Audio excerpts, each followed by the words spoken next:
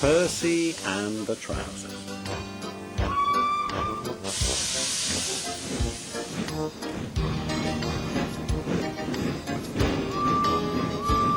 On cold mornings, Percy often saw workmen wearing scarves.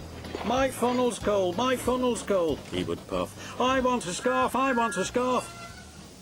"Rubbish, Percy," said Henry one day.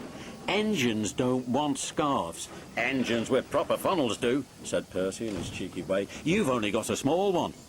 Henry snorted. He was proud of his short, neat funnel.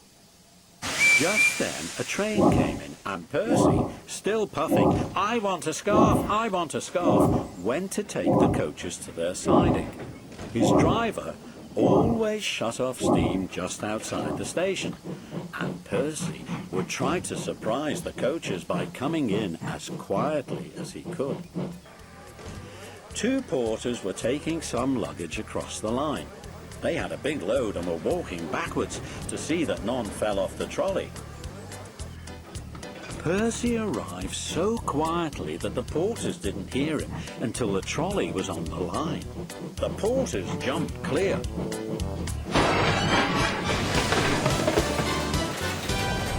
The trolley disappeared with a crunch. Boxes and bags burst in all directions. "Oh, groaned Percy and stopped. Sticky streams of red and yellow jam trickled down his face.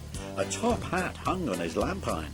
Clothes, hats, boots, shoes, skirts and blouses stuck to his front.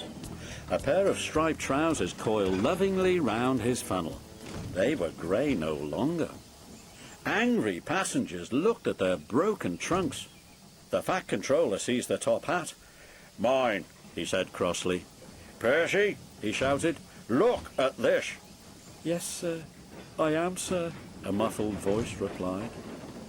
"My best trousers, too."